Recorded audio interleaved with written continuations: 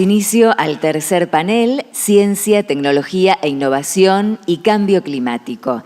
En primer término, toma la palabra el magíster Gabriel Blanco, docente investigador de la Universidad Nacional del Centro.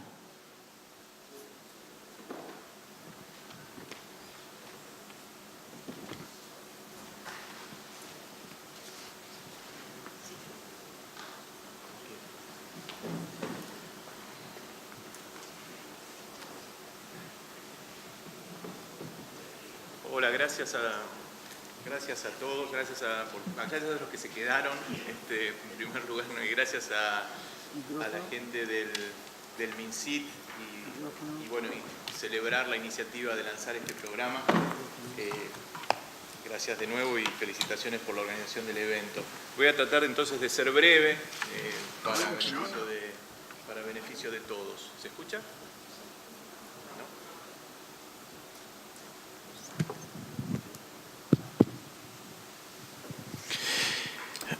Bueno, voy de nuevo entonces.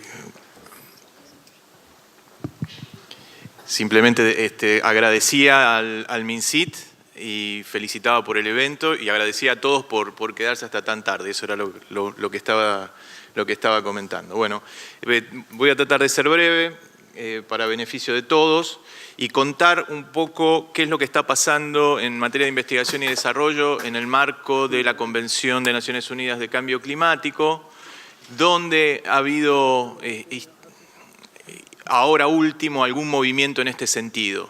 Pero para poner un poquito en contexto, contar que la Convención desde el 92 ha hecho algunas referencias a la temática, en general fundamentalmente a la temática del desarrollo y la transferencia tecnológica. La Convención allá fundada en el 92, cuando uno lee la Convención aparece el tema en distintos artículos que están en pantalla ahora, y hay alguna mención también a la colaboración en investigación y desarrollo. Pero los años pasaron, ustedes saben, la Convención a lo largo de los años lleva 25 años y fue generando relativamente poco en esta materia, y en otras materias también, para ser justo, pero en esta en particular fue generando poco, hubo discusiones a lo largo de los años, hubo distintos lanzamientos, pero siempre, digamos, las cosas se reducían a textos donde los países se ponían de acuerdo en que el tema se iba a promover, en que se iban a hacer estudios y más estudios, ahí ven algunos de ellos. El marco de trabajo marca la necesidad de hacer evaluaciones de necesidades tecnológicas, la generación y el intercambio de información, el desarrollo de lo que se dan a llamar ambientes habilitantes para que la tecnología pueda fluir y transferirse y difundirse adecuadamente. Esos ambientes habilitantes en general están dados con las condiciones de mercado y ese tipo de cuestiones. Así que en general y a lo largo de los años, desde la Convención, se ha discutido un poco el tema, pero en realidad con pocos logros como vengo diciendo. Se creó algún grupo de trabajo en algún momento, después llegó Bali como un hito importante de las negociaciones en 2007, ahí aparece la tecnología como uno de los pilares del plan de acción de Bali, aparece un programa estratégico en Poznan, en la COP de Poznan en Polonia, un programa que se apropió básicamente el Banco Mundial y generó, la verdad que sí, tengo que decirlo, poco y nada. Así que ahí fuimos transcurriendo los años, hasta que en 2010, como parte de las discusiones post-Copenhague, aquel fracaso de la Convención en Copenhague, bueno, ahí se lanza, también es un hito, en 2010, a partir de la COP que se realiza en Cancún, los países deciden avanzar, dar un paso más en materia de tecnología y lanzan lo que se llama el mecanismo tecnológico, que tiene dos grandes partes, un grupo de trabajo que es el que se dedica más a las cuestiones de sugerir políticas y sugerir planes de acción y recomendaciones a ese nivel, a nivel más político, y otro grupo, se le dio finalmente el nombre de centro, donde ese centro se iba a dedicar a asistir a los países en materia tecnológica. Lejos está este mecanismo de generar transferencia de tecnología per se, en sí misma. Lo que hace es, o intenta hacer, el mecanismo es muy nuevo, se decide establecerlo en el 2010, empezó a funcionar en el 2012, 2013 y recién ahora empieza a dar los primeros pasos de implementación. Y este centro, como digo, que funciona, tiene su sede en Copenhague, en Dinamarca, en la sede del PENUMA que existe allí, y está compuesto fundamentalmente por una red de instituciones, una red para la cual simplemente hay que inscribirse porque no tiene mayores exigencias ser parte de la red, solamente ser una institución vinculada a cuestiones tecnológicas. Este centro, como digo, entonces es el que empieza a brindar asistencia técnica utilizando los recursos humanos existentes en esta red de instituciones y empieza a dar asistencia técnica en materia de tecnologías para el clima o para el cambio climático, o sea, mitigación, adaptación o algún híbrido entre ambos, y así está empezando a funcionar. Así que el famoso mecanismo tecnológico creado entonces en 2010 empezó a funcionar, por supuesto con dificultades de implementación, de algunas cuestiones de implementación, pero no muchas por ese lado, sino fundamentalmente por problemas de financiamiento de esas actividades. Así que, de nuevo, decir que el tema aparece en diversas decisiones de la COP a lo largo de los años y vuelve a aparecer de nuevo, ahora sí, con un poco más de fuerza, diría yo, en el Acuerdo de París de 2015. Porque ahí, bueno, todo el mundo sabiendo ya de que el mecanismo tecnológico no iba a generar transferencia de tecnología per se, cosa por otro lado lógica porque todos sabemos que la transferencia de tecnología en todo caso se da de otras maneras, no generando una institución que diga que eso va a ocurrir. Así que, digamos, ya dejada de lado esa expectativa por parte del mecanismo tecnológico, se dice, bueno, este mecanismo puede asistir técnicamente a países en materia, en temas vinculados a tecnología, pero también este mecanismo puede asistir a los países en materia de I+D. Y esto muchos países, sobre todo países en desarrollo, lo vieron bien, el tema se empujó en las negociaciones y finalmente quedó plasmado en el Acuerdo de París. De nuevo, que el mecanismo de tecnología promueva, incentive e incluso, si se puede, financie acciones de cooperación en investigación y desarrollo.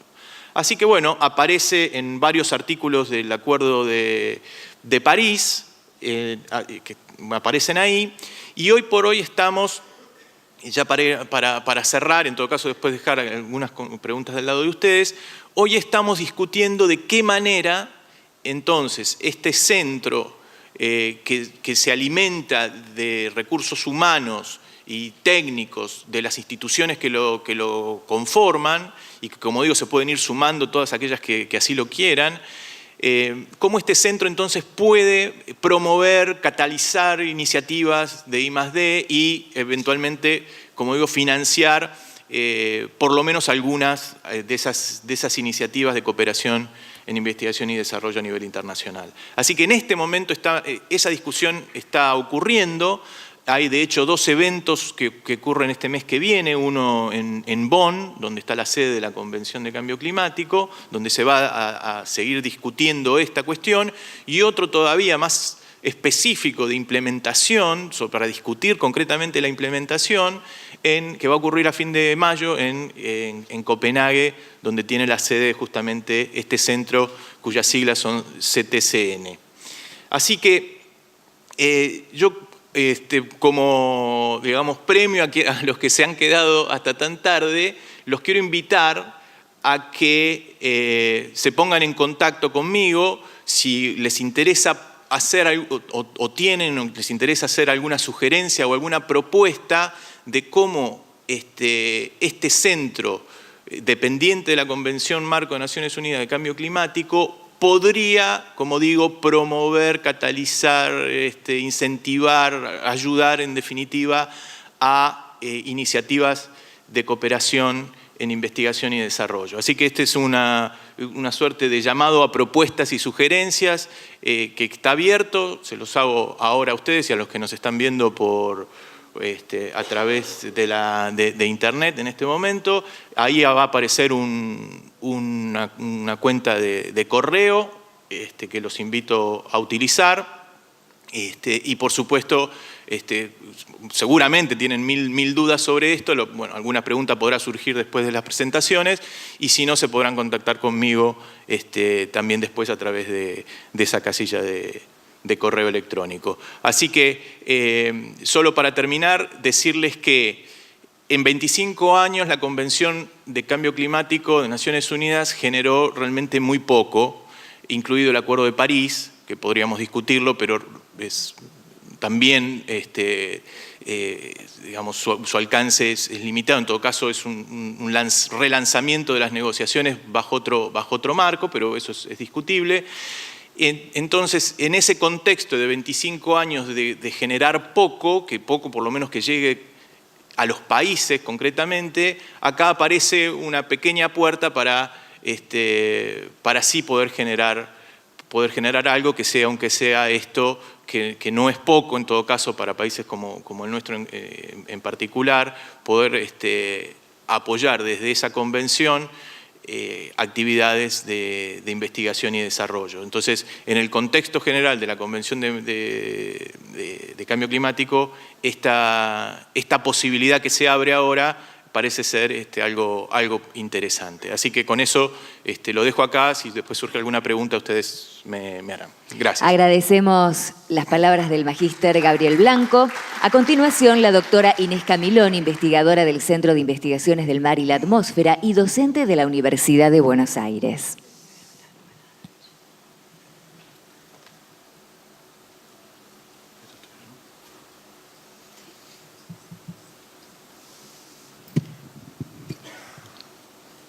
Bueno, buenas tardes. Me sumo ya a los agradecimientos que hizo Gabriel de la invitación a participar en el lanzamiento de este programa. Y lo que les voy a contar un poco, ya Erika lo adelantó, una de las iniciativas que tiene el programa es la preparación de un libro acerca de cambio climático y ciudades en Argentina. Es un proyecto que ya está avanzando. En la actualidad somos alrededor de 25 personas que estamos involucradas, muchos provenientes del sector académico, pero también de otro tipo de organismos, donde el objetivo es tratar de hacer una evaluación de toda la información que tenemos disponible acerca de cómo está cambiando el clima en las ciudades de nuestro país, para poder presentar casos, resultados de proyectos que ya están implementados en algunas ciudades y también poder identificar algunas áreas de vacancia en las que todavía hace falta generar mayor conocimiento científico. Entonces, un poco el contexto en el cual se enmarca esta iniciativa. Entonces, el recorrido de algunas cuestiones que les voy a tratar de mostrar rápidamente tienen que ver con cómo son las tendencias en la urbanización, lo que fundamenta esta iniciativa, qué rol tienen las ciudades con respecto al cambio climático, cuáles son algunos de los efectos conocidos que tiene el cambio climático en las ciudades, algunas cuestiones para algún ejemplo en Argentina, y finalmente qué rol tiene la adaptación y la mitigación del cambio climático en cuestiones de planificación y gestión urbanas. Entonces, empecemos con las tendencias en la urbanización. Lo que ustedes ven ahí es a nivel global cómo fue evolucionando la distribución entre población urbana y población rural desde mediados del siglo XX hasta prácticamente la actualidad y la proyección futura, y lo que se ve es que hay una tendencia creciente en nuestro planeta a que mayor cantidad de habitantes vivan en ambientes urbanos. La proyección es que para el año 2030 alrededor del 60% de la población mundial va a estar viviendo dentro de ciudades. Si hacemos el mismo análisis para los países en desarrollo, lo que vemos es que nuevamente encontramos que la distribución entre población urbana y población rural está creciendo y si lo comparamos con lo que está sucediendo a nivel global, lo que se ve es que el crecimiento en los países en desarrollo todavía es más marcado que en el promedio mundial. Y si miramos los resultados con respecto a esta distribución de población urbana y rural para Argentina, lo que se ve es que Argentina es un país que podríamos decir que es hiperurbanizado. A diferencia de lo que pasa a nivel global o aún dentro de los países en América Latina, en Argentina estamos por encima del 90% de la población que vive en ambientes de por lo menos, o en aglomerados de por lo menos 1.000 habitantes. Para el año 2015 ese número alcanzaba el 92% y la proyección es que va a continuar todavía en aumento. Y particularmente este crecimiento de la población urbana se dio por el desplazamiento de población rural hacia las capitales de las provincias y en particular también tenemos a Buenos Aires que en el contexto mundial está en la posición 21 entre las grandes urbes del planeta en términos de números de habitantes. Entonces, ¿qué rol cumplen las ciudades en este contexto de un clima que está cambiando? Les decía que en promedio para el año 2015 el 54% de la población mundial vive en ciudades, 46% en ambientes rurales, con un notable desequilibrio con respecto al área que cubren las zonas o las ciudades con respecto a las zonas suburbanas o las zonas rurales. Ese 54% de la población mundial cubre solo un 3% del área del planeta. Y si lo miramos en términos de emisiones de gases de efecto invernadero y en particular en términos de emisiones de dióxido de carbono, lo que vemos es que ese 54% de la población emite un 70% del dióxido de carbono a la atmósfera. Por lo tanto, desde este punto de vista tenemos por un lado que las ciudades cumplen un rol relevante en lo que tiene que ver con los procesos de adaptación al cambio climático, porque tenemos una enorme cantidad de habitantes que viven en un espacio extremadamente reducido, con lo cual los niveles de exposición que tienen estos habitantes ante eventos extremos asociados al cambio climático es muy alto. Y por otro lado, las ciudades cumplen también un rol muy importante en lo que tiene que ver con la mitigación del cambio climático, ya que son las grandes emisoras de gases de efecto invernadero que potencian este fenómeno natural. Entonces, ¿cuáles son las acciones que se desarrollan en una ciudad que determinan las emisiones de los gases de efecto invernadero? Muchas de estas cuestiones ya fueron mencionadas a lo largo de este día, tienen que ver con la generación de electricidad, con el transporte, con la industria y también con la generación y consumo de energía dentro de los edificios comerciales y edificios residenciales. Ahora bien, no todas las ciudades son iguales. Lo que tenga que ver con las emisiones de gases de efecto invernadero no depende solo del número de habitantes que tenga una ciudad, sino que también va a depender en gran medida de la composición demográfica, aquellas ciudades donde su población es relativamente más vieja, de mayor edad, que aquellas ciudades donde la edad promedio es menor, tienen menor nivel de emisiones que las poblaciones relativamente más jóvenes. Por otro lado, la ubicación que tienen las distintas ciudades está asociada a un diferente nivel de consumo de energía y eso también va a generar diferentes emisiones de gases de efecto invernadero a la atmósfera, los tipos de actividades económicas que se desarrollan en cada una de las ciudades y otro aspecto importante tiene que ver con la forma de las ciudades. Aquellas ciudades que son más compactas tienen una menor emisión de gases de efecto invernadero que aquellas que tienen una distribución más extendida. Si vemos un ejemplo para la ciudad de Buenos Aires de cuáles son los efectos del cambio climático en algunas de las variables de la atmósfera, lo que podemos ver, por ejemplo, en este gráfico es, si analizamos décadas, el último periodo no es una década completa, corresponde al rango entre 2011 y 2014, pero lo que vemos es que progresivamente la temperatura promedio en la ciudad de Buenos Aires ha ido aumentando. Si comparamos el último periodo con la primera década, estamos en el orden de 8 décimas de grado y ese es un número que está por encima del promedio a nivel global. En particular, las temperaturas mínimas han estado aumentando por encima de los valores de la temperatura media. Esto es la temperatura que se registra durante la noche, las primeras horas de la mañana. Tenemos noches que son progresivamente más calientes en la ciudad y lo mismo sucede con respecto a las temperaturas máximas, donde también han ido progresivamente aumentando. Otra modificación que se ha observado en la Ciudad de Buenos Aires está asociado con los cambios en la precipitación. Se nota también un progresivo aumento en la lluvia. Si comparáramos el último periodo con la década de 1960, tenemos que la lluvia total acumulada es del orden de un 30% más de lo que ocurría años atrás. Y lo interesante de esto es que si bien llueve en el orden de un 30% más, no se ha modificado la cantidad de días con precipitación. Por lo tanto, tenemos que llueve más, pero distribuido en la misma cantidad de días. Y esto lo que nos está indicando es que se ha modificado además la forma en la que precipita, porque la lluvia tiende a darse en eventos de precipitación que son cada vez más intensos, más torrenciales, y esto está asociado a, con mayor frecuencia, episodios de anegamientos temporales en algunos sectores de la ciudad o inundaciones que han llegado a ser más severas.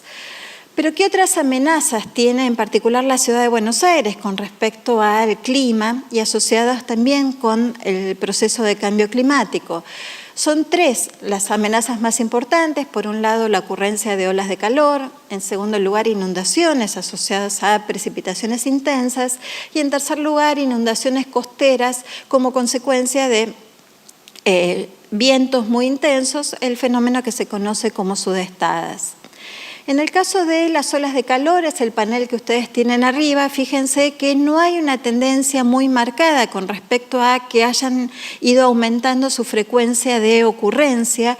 El último periodo es 2011-2014, ya tenemos entre 2 y 3 casos para agregar a eso. Es probable que cuando la década se complete estemos de nuevo en valores muy altos. Lo que sí hay un efecto bastante notorio que tiene que ver con los cambios en la duración de las olas de calor que tienden a hacerse más prolongadas, ¿sí? Abarcar una mayor cantidad de días, y eso es lo que se ve en el panel que ustedes tienen abajo. Con respecto a los eventos de precipitación, de lluvias intensas, en el gráfico de arriba tienen el número de eventos también para distintas décadas en los que llueve más de 30 milímetros en 60 minutos. 30 milímetros es la capacidad de escurrimientos que tiene la ciudad de Buenos Aires de acuerdo con su sistema de desagüe pluvial. Se ve una tendencia muy marcada a que aumenten la ocurrencia de estos fenómenos, y lo mismo abajo, 30 milímetros, pero que ocurren en un periodo de tiempo de 30 minutos. En el primer caso tenemos que estos eventos se duplicaron entre 1960 o la década del 60 y el presente, y en el caso de abajo de 30 milímetros en 30 minutos, estos eventos extremos se triplicaron. Y con respecto a la ocurrencia de sudestadas, de nuevo vemos también una tendencia creciente a que sean fenómenos más frecuentes. Por lo tanto, los eventos extremos que producen mayor impacto sobre la ciudad de Buenos Aires, lo que muestran es un progresivo incremento en su ocurrencia, por lo menos en los últimos 50 años. Por lo tanto, aparecen la adaptación y la mitigación al cambio climático como las acciones imprescindibles a desarrollar para hacer frente precisamente a estos cambios en intensidades y frecuencia de eventos extremos que tiene el clima, y en este contexto esto ya se mencionó varias veces durante el día, pero las ciudades y el cambio climático aparecen fuertemente vinculadas en 2 de los objetivos del desarrollo sostenible, el objetivo 11 y el objetivo 13.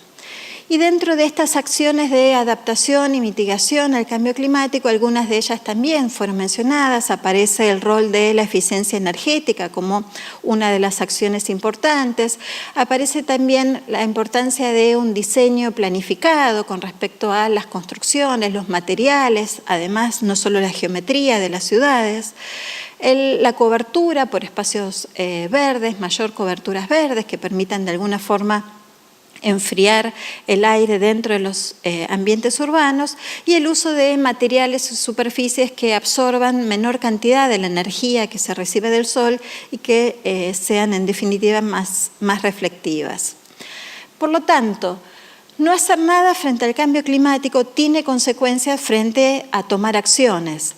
No hacer nada sin duda tiene costos, y entendemos por costos no solo costos económicos o costos financieros, sino que tiene consecuencias, impactos sobre diferentes sectores, sobre la salud, sobre el desplazamiento de poblaciones.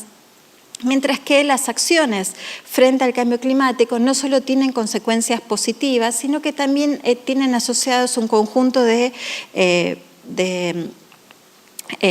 proyectos o de cuestiones que nosotros las llamamos co-beneficios.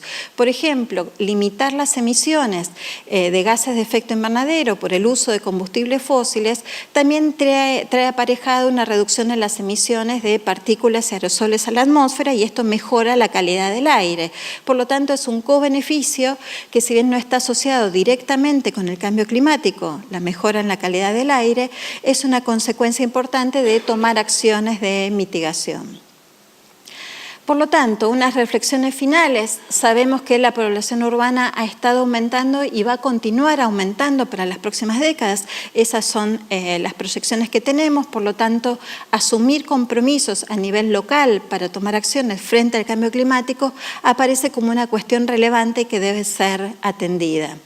En segundo lugar, sabemos que las ciudades, a partir de diferentes iniciativas que hay a nivel nacional y a nivel internacional, en las cuales muchas ciudades de Argentina participan, están tomando un liderazgo muy importante frente al cambio climático y se están comprometiendo en acciones, pero también hay que tener presente que muchas ciudades, y particularmente ciudades que están en países en desarrollo, tienen capacidades que son limitadas para la planificación y para la implementación de medidas. Por mi parte, esto es todo y gracias. Agradecemos la exposición de la doctora Inés Camiloni y ahora escuchamos al doctor Holm Thyssen, director ejecutivo del Instituto Interamericano para la Investigación del Cambio Global. Bueno, soy el último y ya se cansaron de las presentaciones, entonces le voy a contar un cuento. Espero que duermen solamente al final del cuento y no durante. Es una oportunidad de presentar la experiencia de 25 años del IAI, Instituto Interamericano para la Investigación del Cambio Global. Explorar esto un poco para las lecciones que tal vez sean relevantes para esta nueva iniciativa del MinSIT, de intentar montar una red, una actividad sobre desarrollo sustentable, investigación y en el contexto del cambio global. Particularmente van a ser interesantes las idiosincrasias del proceso y las contradicciones. Contradicción primero. El IAI se fundó por iniciativa del presidente republicano George Bush I, conservador, y Bush, que no firmó Kioto, por ejemplo, y era una iniciativa apuntando a mejorar la capacidad de la región de las Américas de enfrentar el cambio climático. Con esta contradicción comenzamos bien. Durante los 25 años hemos gastado unos 55, 60 millones de dólares en programas de investigación en todo el continente. Inicialmente con un programa de redes colaborativos, cada uno de estos 5 años, 5 países bastante grandes, cada proyecto $1 millón, pero nadie sabía cómo administrarlos. Nadie sabía cómo juntar las disciplinas, los científicos diferentes, hacer la contabilidad, manejar un programa internacional, manejar un programa donde los integrantes tenían motivaciones totalmente dispares, totalmente diferentes. Yo en este momento estaba un investigador en Canadá en agronomía, llegué a Argentina y funcionó todo una maravilla porque los agrónomos argentinos colaboraron con los INTAs, con las CREAs, con los APRESITs del país prácticamente igual de lo que funcionó Canadá en este momento entre la academia y el mundo real. Entonces a mí me parecía un trabajo muy fácil. Pero el proyecto 5 países incluyó también Venezuela, México y Brasil. En Brasil queríamos colaborar con los productores y nos tomó 2 años de obtener alguna confianza entre los ONGs que estaban trabajando en Brasil y los productores pequeños del nordeste brasileño para poder entrar en sus campos y hacer una investigación. En Venezuela trabajamos en la Amazónica venezolana con resultados muy parecidos. Salió, sí, una publicación en Nature, maravilla política o de la política científica, pero era un trabajo muy duro. En estos ambientes muy diferentes, hacer el mismo tipo de trabajo que funcionó maravillosamente en Argentina y en Canadá. Un pequeño detalle del nordeste brasileño. Los científicos hacen sus experimentos teniendo un experimento, un tratamiento nuevo y un control. Bueno, hicimos lo mismo en los campos de los campesinos en el nordeste brasileño y después del primer año al campesino le gustó el tratamiento tan bien que modificó todos sus campos a este tratamiento. Perdimos el trabajo científico, perdimos el control, pero desde el punto de vista de desarrollo, de ciencia para mejorar la práctica en el campo, era un éxito total. Era impublicable, pero esta es otra idiosincrasia que encontramos en este campo entre la aplicación, el desarrollo sustentable, el cambio climático y la práctica científica académica normal. En México, el resultado principal era trabajando con los descendientes de los mayas, que todavía son mayas, que la mayor biodiversidad se encontró en los paisajes cultivados, en la mezcla entre vegetación natural y la vegetación que usaron los pueblos para producir sus alimentos. Entonces, lo que mencionó Néstor antes de los ultraconservadores y los ultradesarrolladores, de una manera, esta contradicción no existía en este país y en este paisaje.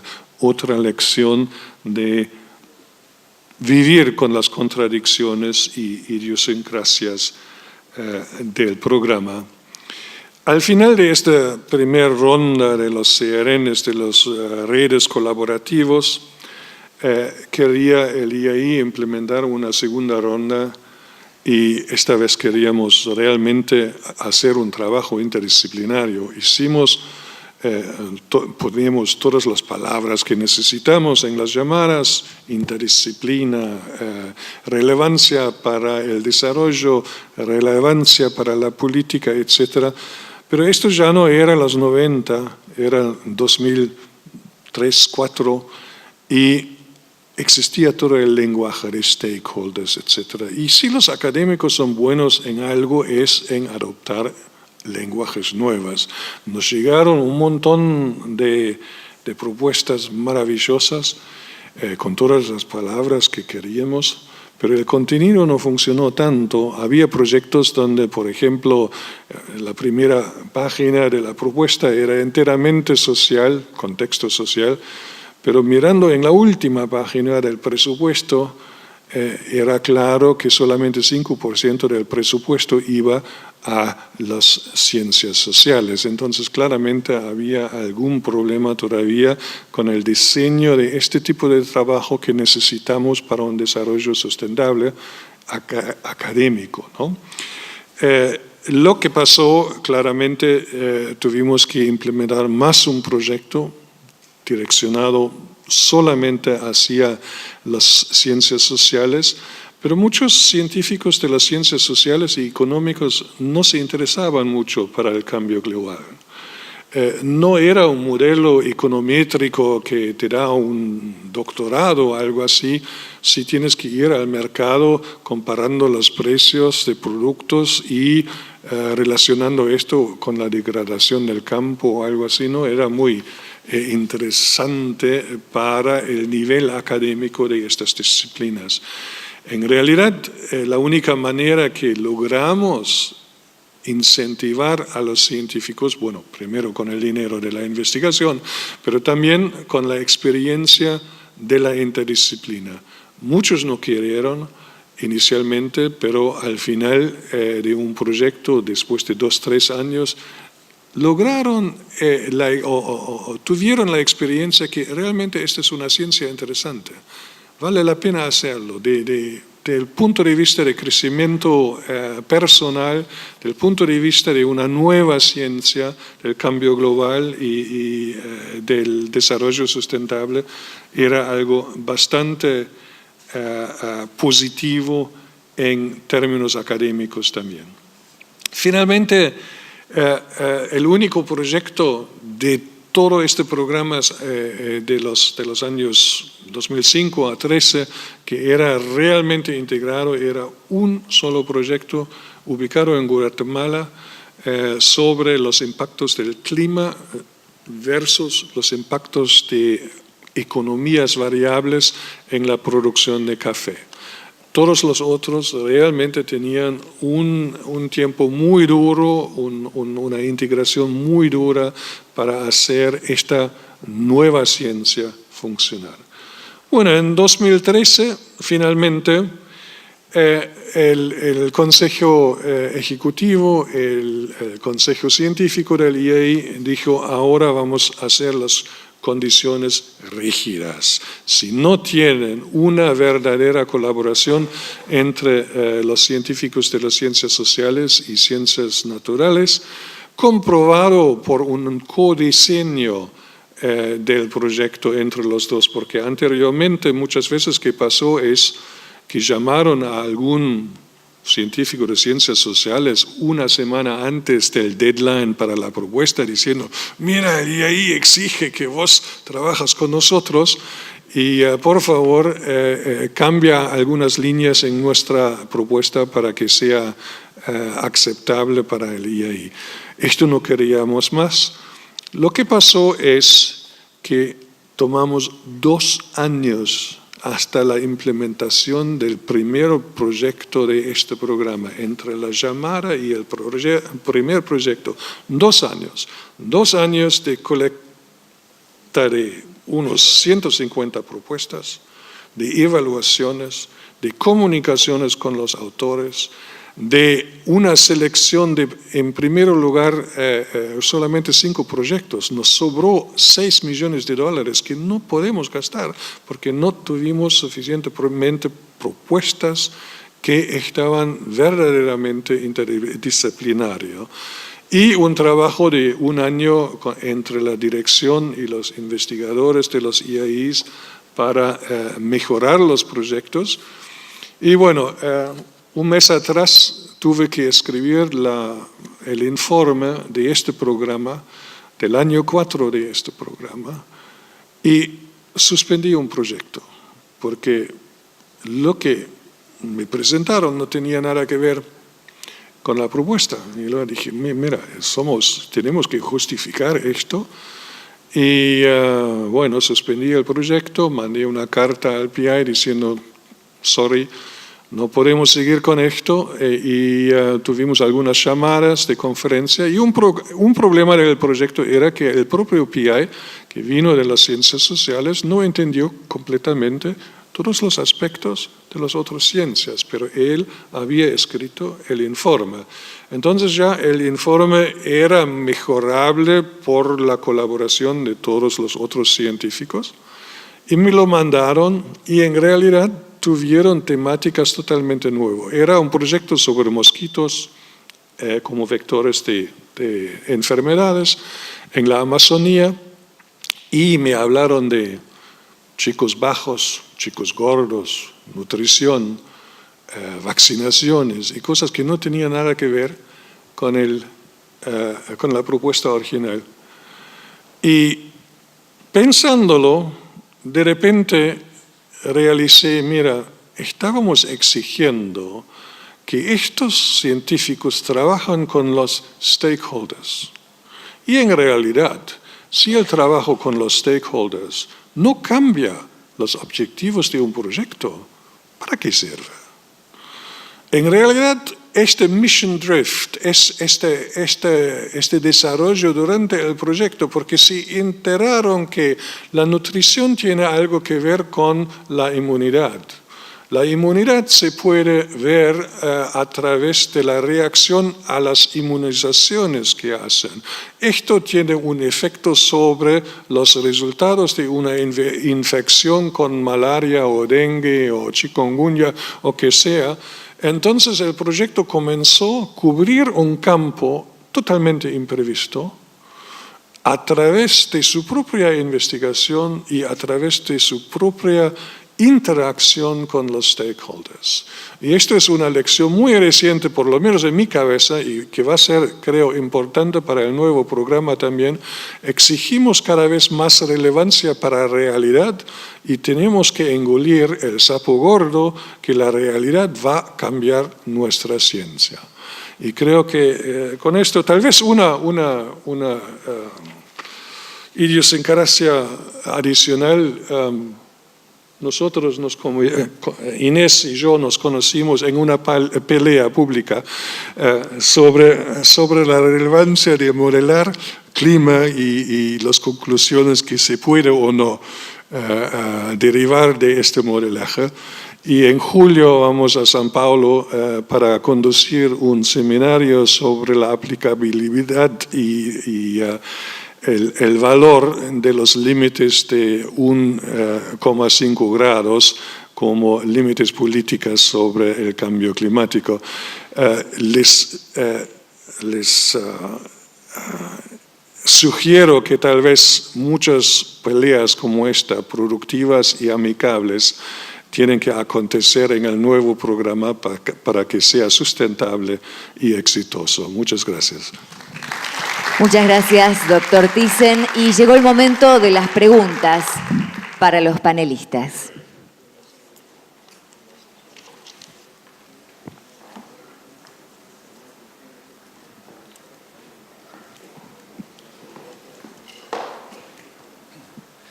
Bueno, como el ponente trató de amenizar la última versión, a través de un cuento, yo también le puedo contar un cuento en las preguntas que quiero hacer. Le quiero comentar, yo fui parte del panel intergubernamental de cambio climático, el IPCC, y desde, como representante, no representante, sino sugerencia de argentinos para los estudios del